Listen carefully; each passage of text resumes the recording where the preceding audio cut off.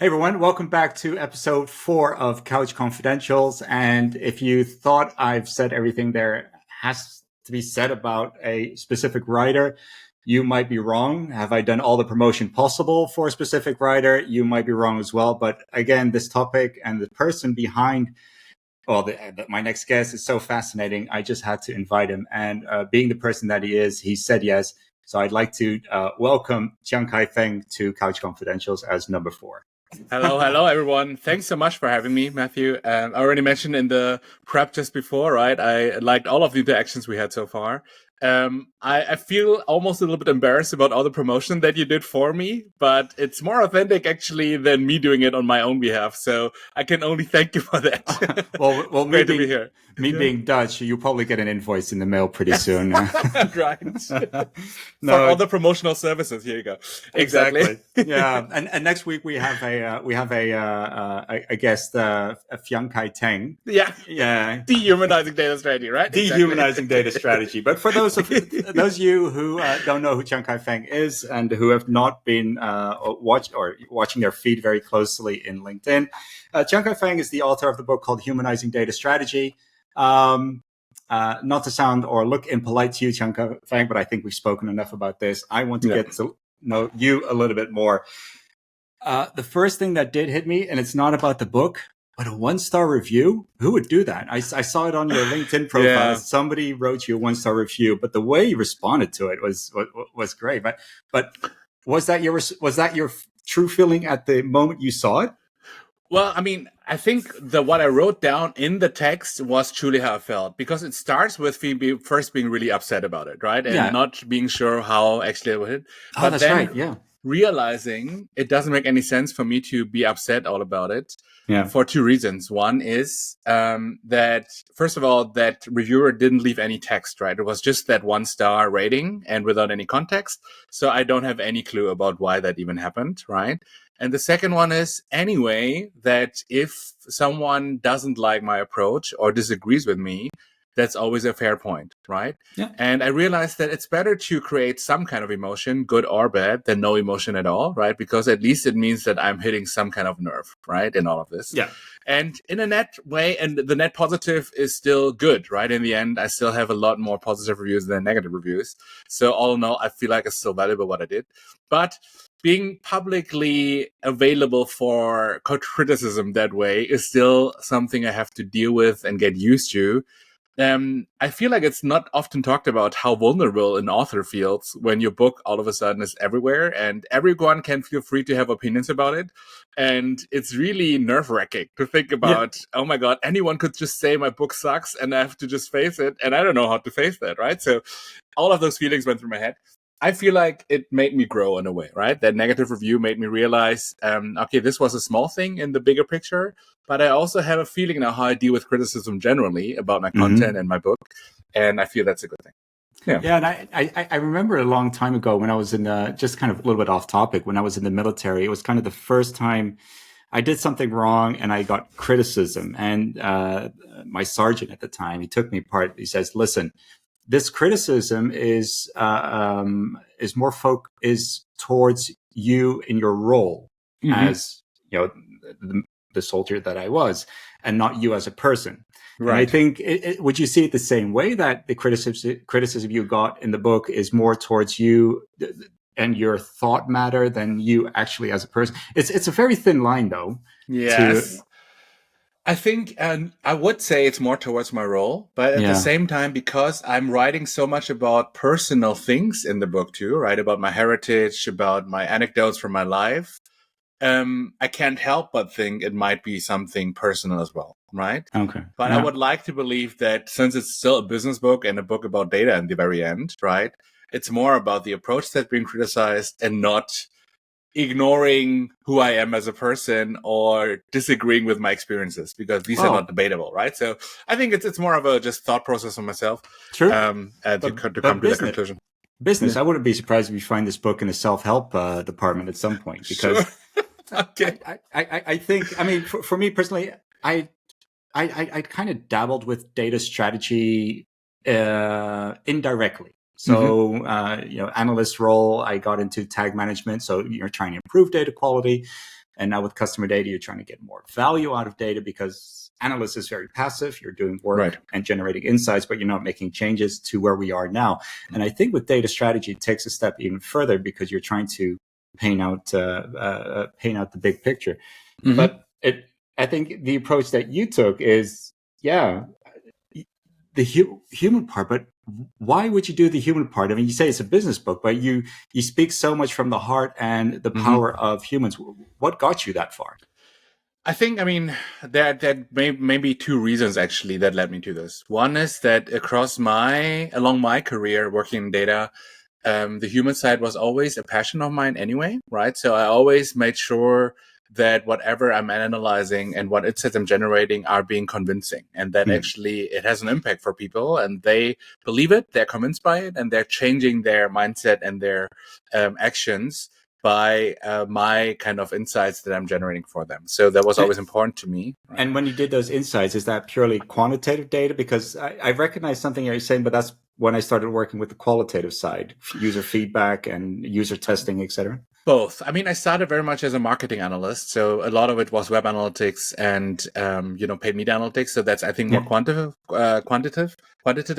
And then when the social listening started, and it was more about text mining and so on, then it got more qualitative as well. Social listening, that's a good one. But either way, right? It was all about insights have to be convincing and have to lead to some kind of actions to have an impact. And if it's not reaching that goal, then it was all really for nothing, right? You just made beautiful graphs and beautiful slides, but no one actually knows or is influenced by anything. So, and then going to data management, data strategy was, of course, even more about it, that people needed to work together to make it work. And the other side of it, though, was that whenever something was failing and something was not working, I felt it was always traced back to wrong decisions, wrong collaboration, wrong information, and these kind of things. And I realized that is human root causes too, right? So whenever something is failing in data strategy, it goes back to human factors. So why are we not talking about this more, right? We talk so much about the tools and the technologies about it. And why are we not dealing in more detail with practically about the human side of data? And if you look in literature, right, there's a lot more books about the technical side of data than about the human side of data. And that is something I wanted to contribute to just have that aspect and area more represented in the way that I know how to write and in my own writing style, and being a bit more vulnerable and a bit more approachable in what I'm writing. And so that's how it all came together. And looking at the responses, it's definitely visible that you're very approachable, even getting you on this podcast right now. And I think you're right about the technical side. I mean, if you were to weigh up the O'Reilly books against your book, it's way out of ratio. So it's interesting for you to say that. So other things that we've been seeing on LinkedIn is the whole music part.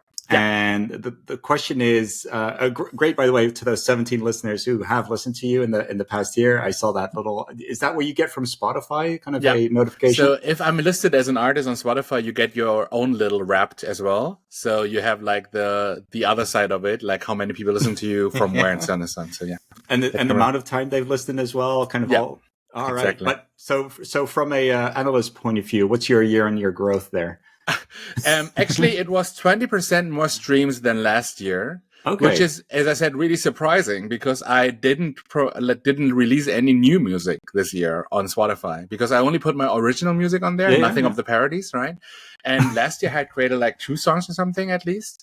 This year I didn't create any new songs, but somehow the kind of listen behavior even increased, which is really nice. It feels like it's more built on the evergreens in my music portfolio than anything else. And it's actually still the data songs that are creating most of the kind of traffic to my music. So it's really cool to see.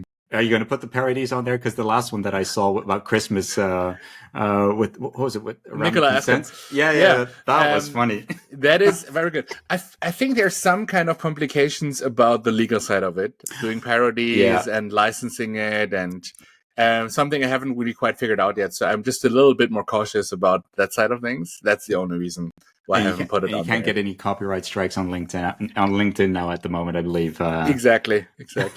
Yeah. Hey, so you also had the Talk Act guide, and I'm going to be a little bit, I don't want to say self-centered here, but I love the acronym TAG. I came from a tagging background. Oh, I haven't even thought about that acronym. You blew my mind Yeah. right now. Oh my God. No, I didn't know. I mean, I have not called it tag, right? But it makes so Yeah, much yeah. sense. Tag. Oh my God. I had another one recently when I was talking to a company, and the company initials were PRDCT, Okay. predictive, but they shortened it to predict, Yeah. and they're a CDP company. But if you rearrange it, you have RT-CDP, real-time CDP, which is what Adobe uses for their.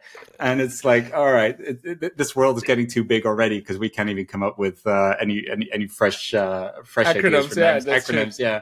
So can you share? I mean, this is kind of the overall question that I have for all of these questions. You seem to like to have so much experience already. Okay. You've been analyst. You're now up to kind of head of data governance and data strategy. But around tag, how do you see that? Because there's two sides that I see to it. We need people who actually can do that, but some companies are still stuck in a kind of a generation gap where there are leaders who did not necessarily grow up with the amount of data that we have now. So what are the examples that you had at a young age to kind of inspire you around tag? That's a really good question. I think actually how I came up with that framework is purely based on that talking is not enough. And if talking is not enough, then what is missing, right? So I kind of try to just complement that framework of talking is not enough, but then what is enough? And that is how I came up with ACT and guiding, right? And it's really more about that saying data is important is one thing, but you have to act like it and then guide others to take it seriously too. And that leadership role modeling on that particular aspect is really important for people to actually follow you, right? And to actually do it in the right way, in the end, having cultural implications. I think my experience with it is that you don't need to be really hugely knowledgeable about data to be doing it, right? As long as you believe in it and you trust your data experts in your organization that this is the right thing to do and you're engaged with it, that itself can already work as an acting and a guidance for others, right? Just by even acting that you are meeting, let's say, a head of data as a CEO, for example, once per month is more than nothing, and you're acting accordingly. And if you tell regularly other departments to please consider the data and work with the data team on this, then that's also guiding, right? Yeah. And that doesn't require you to be like a deep expert that is familiar or not familiar with the data. It's just more of a matter of prioritization and recognizing that it's important. Is it a kind of a, maybe we're getting too philosophical around this, but kind of, does it need to be part of someone's DNA to, especially the G part, the guiding, the act and the guiding? I mean, like you said, talking is not enough.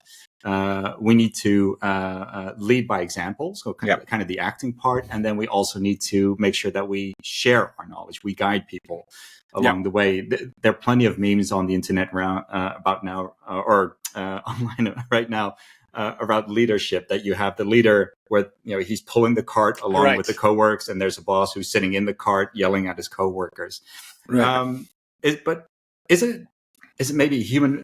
Does it need to be in someone's behavior or DNA to be able to guide? I mean, I'm looking at you as well because, I don't think you wrote the book to become a millionaire. No, there's something in you that's inherently there to say, hey, I want to share this information. I want to help. Does that make a difference? It does make a difference, but at the same time, I would hope that any person that gets into a senior leadership role has a mandate to guide anyway, right? Would be a beautiful world, right? Independent if it's in them or not. They need to make decisions and delegate and share priorities and guide teams to do the right things, right? That is part of being a leader. So I would hope in an ideal world that everyone in a C-level role is, of course, used to guiding. So guiding in a direction that is focusing more on data shouldn't be new to them. It's just applying the same skills that they have, just in a different context, right? I would say. But in reality, of course, we have probably all seen leaders that are not really guiding people and are more talkers than anything else, and somehow always get away with it with more promotions and more rewards without any actions behind it, right? Yeah. But I would hope at least that any reasonable setup and any rational decisions about leadership, that these leaders need and know how to guide. Yeah, I was just about to say, I don't think anyone has ever lived that Disney fairy tale where we've only been surrounded by people who match this, this tag framework. It's exactly. Yeah.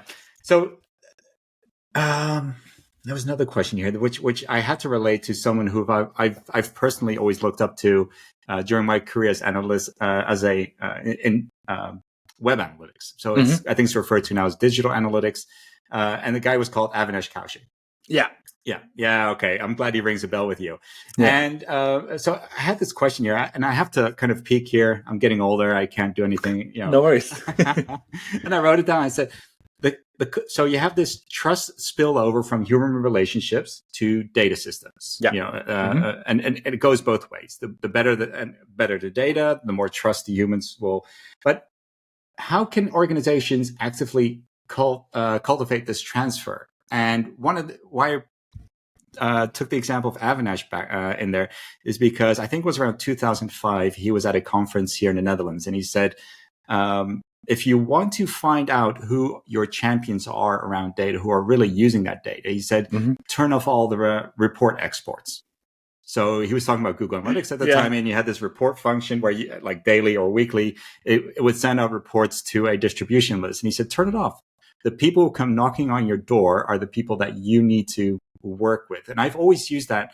And I didn't switch off the reports, but I was fishing for those people who would advocate for me to help me build that trust back, give feedback, honest feedback, instead of just saying, hey, no, everything's fine. We've got all the data. But how can businesses do that more effectively? Yes. I mean, I think what you're describing, I think, is a really interesting way of doing it. But it does feel more like I'm cautious about who to trust, and I will find out through this method who I can actually trust, right? But it's rooted a little bit in skepticism, however, right? It's a little bit like it's not a polite way to do it. Yeah, but, exactly. So, and what I'm thinking is it should be actually the other way around. Instead of trying to test and probe who you can trust, the goal should be to establish trust with as many people as possible, right? And that is the ultimate goal. The more data professionals and data team members are being trusted, the more the area itself is being trusted, and then the systems behind it and the efforts behind it are being trusted as well. So what I'm saying is it should be actually more of a proactive effort and not like a passive one, right? Like waiting for something to break and then see who I can actually trust. Build the trust with people, and you will realize it will be easier with some than with others. But building trust is really important. And that really starts very simply with like active listening and understanding each other, I would say, right? Yeah. Really simply put, the really most basic thing in trust is understanding where we come from a motivation point of view and in our ambitions. To then say we understand each other's ambitions, and that's why we should work together, because we are supporting each other in this. And as long as you have, and you are sure that the other person has your interest in their mind too, then this is like the ultimate foundation for trust, right? And you can like, okay, I trust you because I know you have what's best in mind, or what's best for me in mind too, and I know what's best for you in mind. So let's work together. And you wrote about this in your book as well. And I'd boil it down to building empathy. I think you mentioned about that companies should not necessarily force, but enable people to work with other teams to learn about the culture within a specific department, understand the problems that they live in. And you really made me reminisce. And I know I'm interviewing you, and I feel like I'm telling my story, but it really made me reminisce about my times in the military, where we would do this thing called cross-pollination, cross-decking, where I would be on a Dutch ship and I would spend a few days on a Norwegian ship or Spanish or German, just to understand, doing the same role that I did on my ship, but then in a different culture. Interesting. And you see the bridge environments, you see the radio environments. I was in communications, and it was so the next time you spoke to someone on the line or you were sending messages to that ship, you could you could visually place yourself in that environment. You know where they were coming from to pick up the. Yeah. And I found it so fascinating that, and I'd never thought about it from a business perspective. Have you actually seen this in practice before, or are you enforcing it? Absolutely. I did it myself. Like, there was one example where I was working in a digital analytics team that was a centralized team. And it was about setting up brand KPIs, like how to measure marketing effectiveness, basically, right? So I spent time 1 day per week to shadow a brand strategy team on how they work. And I spent time with them. I was part of their team meetings just to see how they make decisions, how they interact with each other, and what it means to them to have like a measurable brand, so to say, right? And this gave me all of the information I needed. Like, I would have never found out in workshops or meetings. I just needed to be with them to actually fully empathize with them and know how to do things. So that was one of the ways I really valued, basically just immersing myself in a different environment and understanding it rather than just asking cognitively about it, right? Yeah. Well, but because you could put yourself into that situation a whole lot better. But here's a kind of devil's advocate question, though. As I just mentioned, the whole Disney fairy tale situation, it doesn't happen everywhere, and I'm sure you've come across or have been in situations in jobs where you said, well, this is just not working. Has that ever happened to you before, or that you couldn't make that change? Yeah, of course. Absolutely. All the time. I think, all the time. Whoa. Yeah. I mean, in human nature, I think I talk about that in the book too. Change is always hard, right? And if you don't see the value in change, then you're going to resist, as much as possible. And it's always going to get tricky. So if you come up with, especially when you point to human reasons being the factor, then it seems, first of all, very personal to people. And it might be that senior leaders feel that it's their personal fault, that they're being blamed for something that they should know better about, right? Like, I'm a leader. I should have known this. I cannot admit that I made a mistake about this or haven't paid attention enough to it. So I'm not going to let you convince me that I made a mistake or that anything is going wrong. Everything is going great, right? This is kind of the political side. Default reaction, exactly. And I think it's more about as soon as they realize themselves that this might be the reason, and if we move away from finger pointing to who is actually whose fault it is, but that we all contribute to a solution and we make things better as a team, no matter where the problem comes from, right?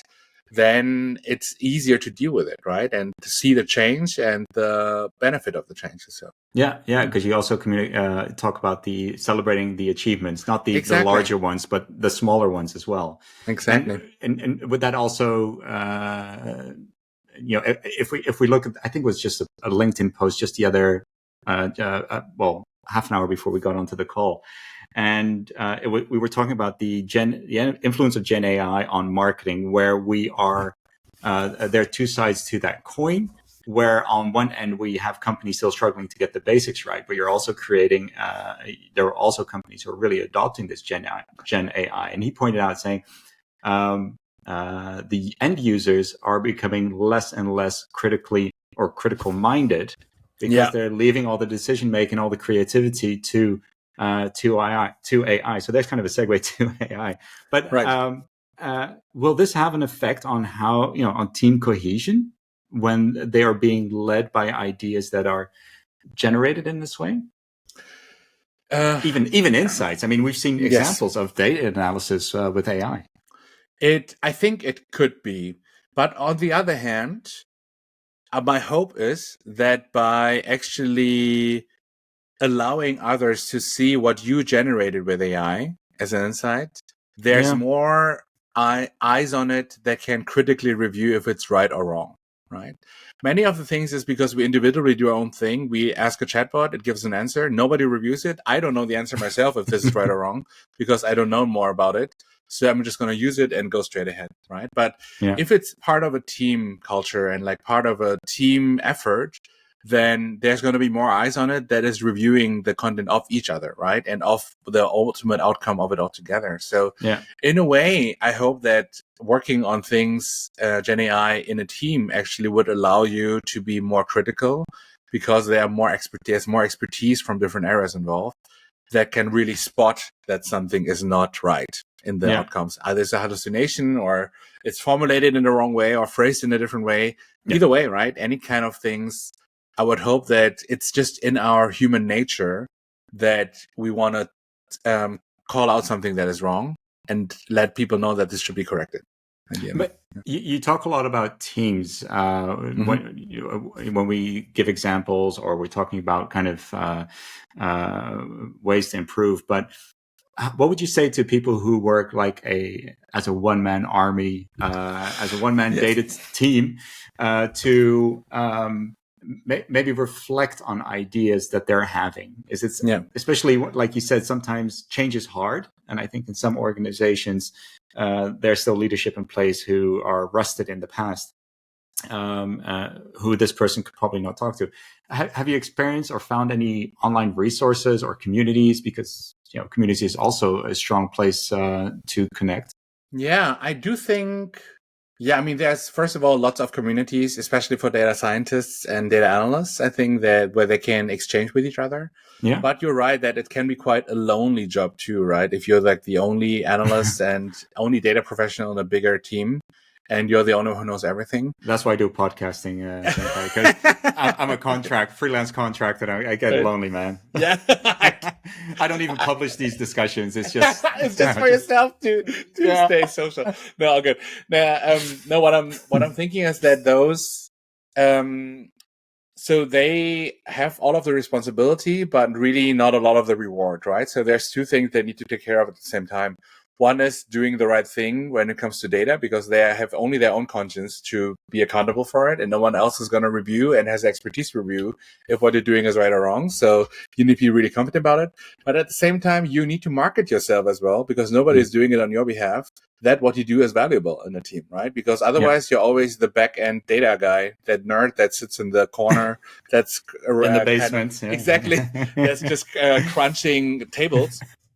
But it's more than that, right? And then you have to even communicate it on your behalf that you're doing something important. So it's really an ungrateful kind of job at the same time. But I think by focusing on these two things, right, it might be a little bit better. And again, focus more on the human aspect of it all and not just the hard skills that is needed, I think is even more important if you're a one-man show. Yeah, I forgot his name. I'm going to cut this out because I just want to grab a book. Hold on. Yeah, sure. So it's definitely a lonely team, and I think as the one man army within a company, you need to push yourself. And you made me think of. I had to go grab the book, so it's going to be cut.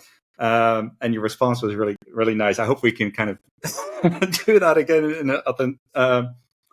So here's a book from a guy I used to work with in the past, People Skills for Analytical Thinkers by Gilbert Eglebo.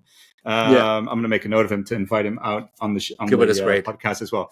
Yeah. And I mean, is this what you're thinking about when you're that one-man person that you need to be able to communicate? I'm thinking from my I don't want to put labels, but I'm relatively introvert. The more in the corner I am doing my thing in a flow, the happier I am. But I guess that approach wouldn't work, right? It can work. It's more about how you prioritize your time, right? And realizing that being in the flow is important and getting things done, but it shouldn't be 100% of your time, right? I would say at least maybe have 30% of your time invested in communication and relationship building to actually tackle the other side of it, right? And this way, it's really just a rough estimation, but you kind of every week when you look in your calendar, block your flow times and when you need to get things done, but intentionally set up times with people to communicate, set up time where you write down stuff and communicate things in a wider audience and so on. But make an effort to actually be better in the people side of things and not just ignore it, right? I think for some people that's definitely getting out of their comfort zone. But I think you're right in that you can't be that mouse hiding away. You need to be in touch with someone. And what I usually see with CDPs or any kind of project, it's not about the tool. You need to find someone that resonates, where what you're doing, it resonates with them, and they can help to be your voice at times. Absolutely. So, I don't know. Have you ever watched the TV series For All Mankind?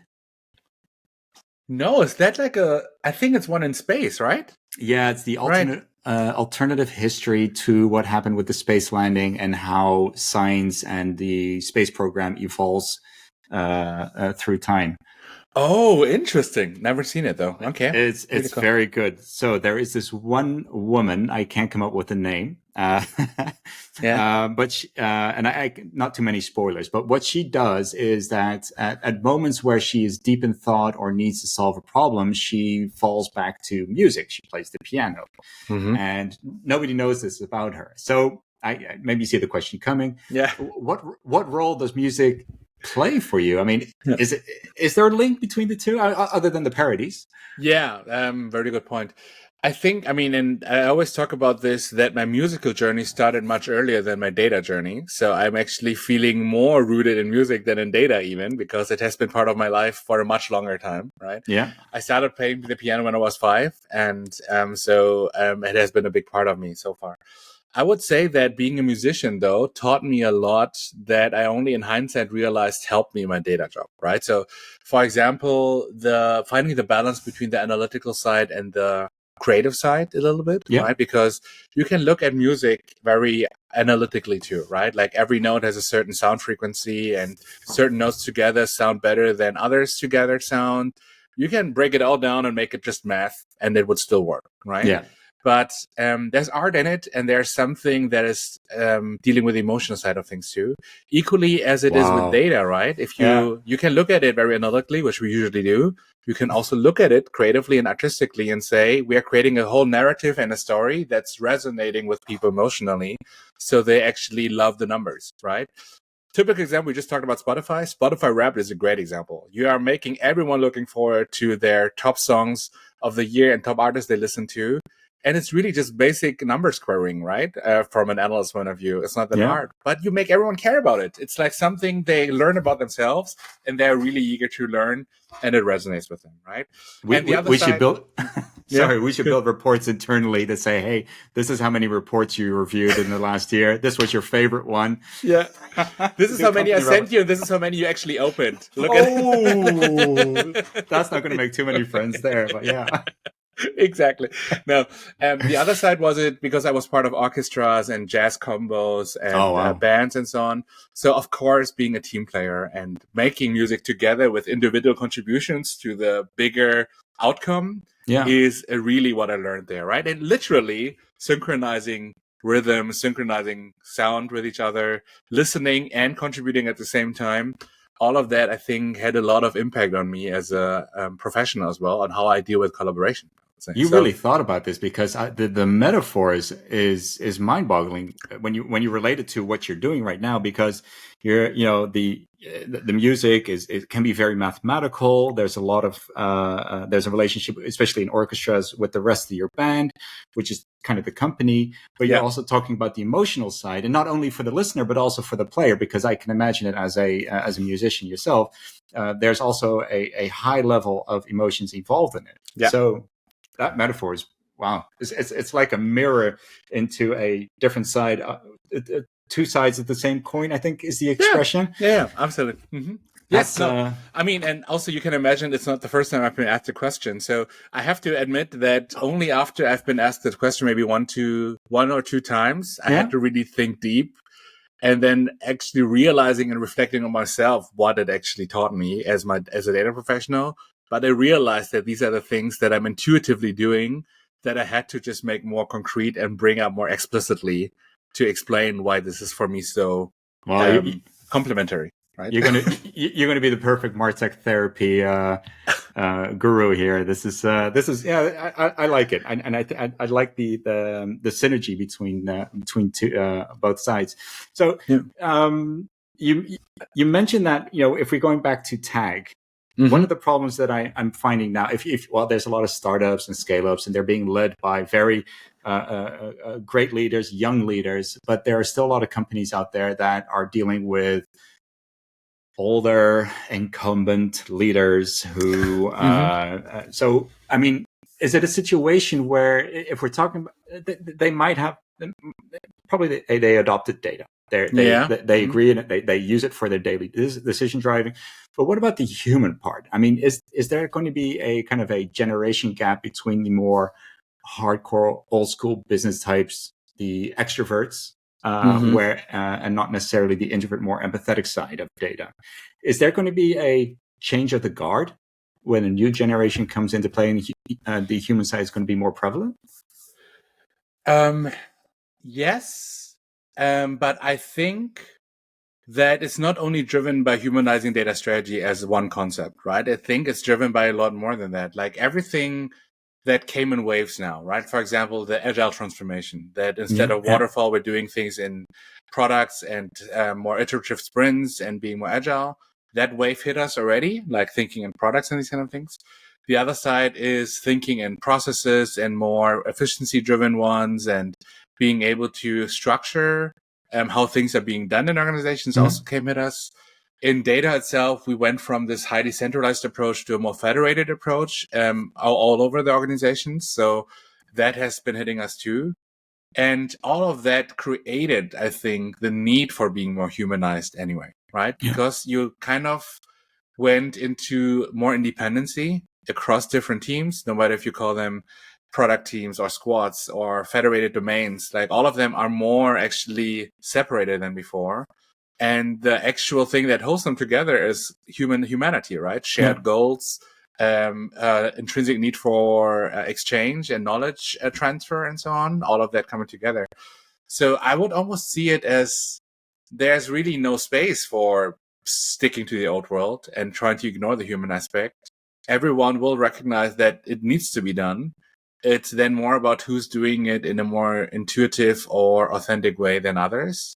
But either way, that is a problem that needs to be solved, right? So it's almost like leadership style has changed, and there's no alternative. It needs to be more humanized now. But has the Corona period, or the work from home, return to office, has it had an effect on that? I mean, do people need to be in close proximity, or does that not really matter?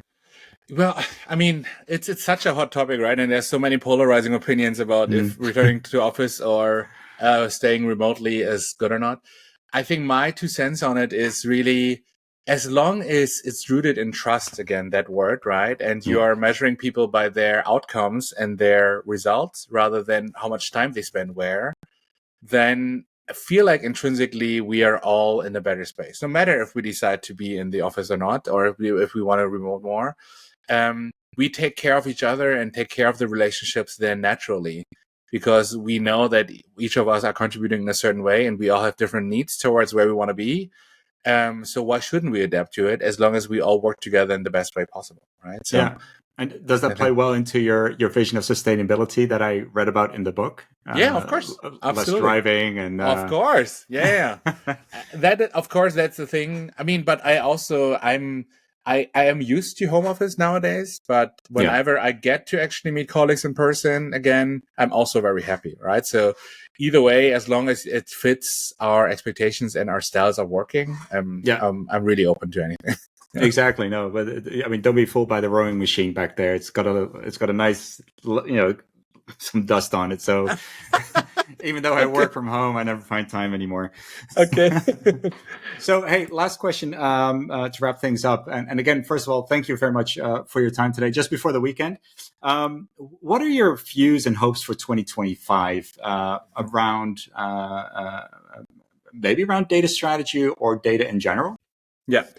I think, and I hope for 2025 that data, AI, and business all converge more together into one strategy, and that we don't have 3 separate strategies anymore, right? Like one big business strategy, one big data strategy, and one with AI strategy, because this is how it currently looks like. A lot of people have like just individual strategies for different things, and organizations dealing with it.